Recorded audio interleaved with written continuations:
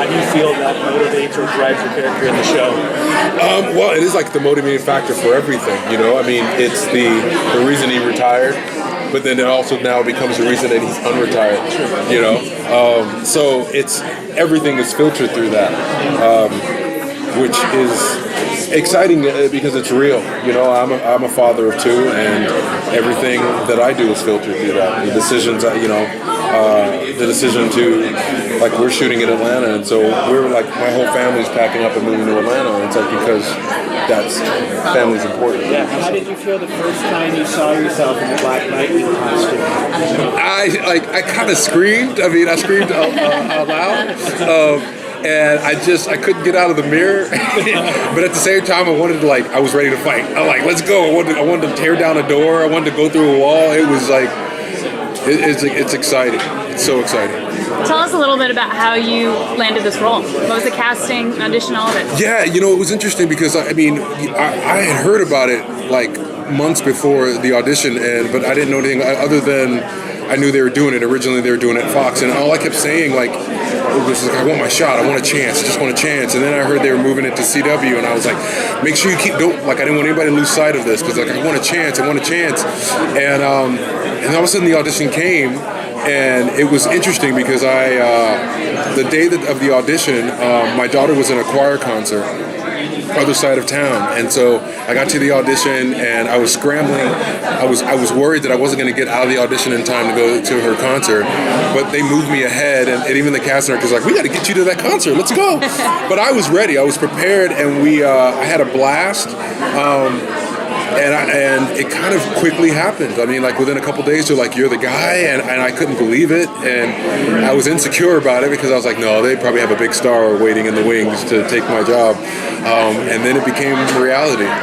Yeah. Okay, go. So the Flash is very light in tone, very comedic. Arrow, is a bit darker. What kind of tone can we expect from Black Lightning? Yeah, I think we're a bit more darker. Probably not as dark as Arrow, but you know what, maybe so, because we're rooted in, like, reality, real city, real problems, and so by that fact, I think it'll seem a little darker, but there's humor in it, the comics had humor, and so we're keeping that tone as well. It's almost kind of like a family drama, maybe a little bit of comedy, but we have superpowers. Can you speak a little bit to the relationship between your character and his daughters? What's that dynamic like? It's a father-daughter relationship that, he cares about family and cares about education immensely, and so he's raised his daughters to that effect. But while he's been doing that, the world outside has been getting worse. And so he's extremely protective, extremely protective. And they're getting older. He's kind of losing, he's losing some control. But as a father, my children aren't that age yet, but I'm extremely protective. I feel like it's just kind of a typical father-daughter relationship. Yeah. Someone from Twitter had asked if you could cross over with any other DC show, what would be the ultimate one for you?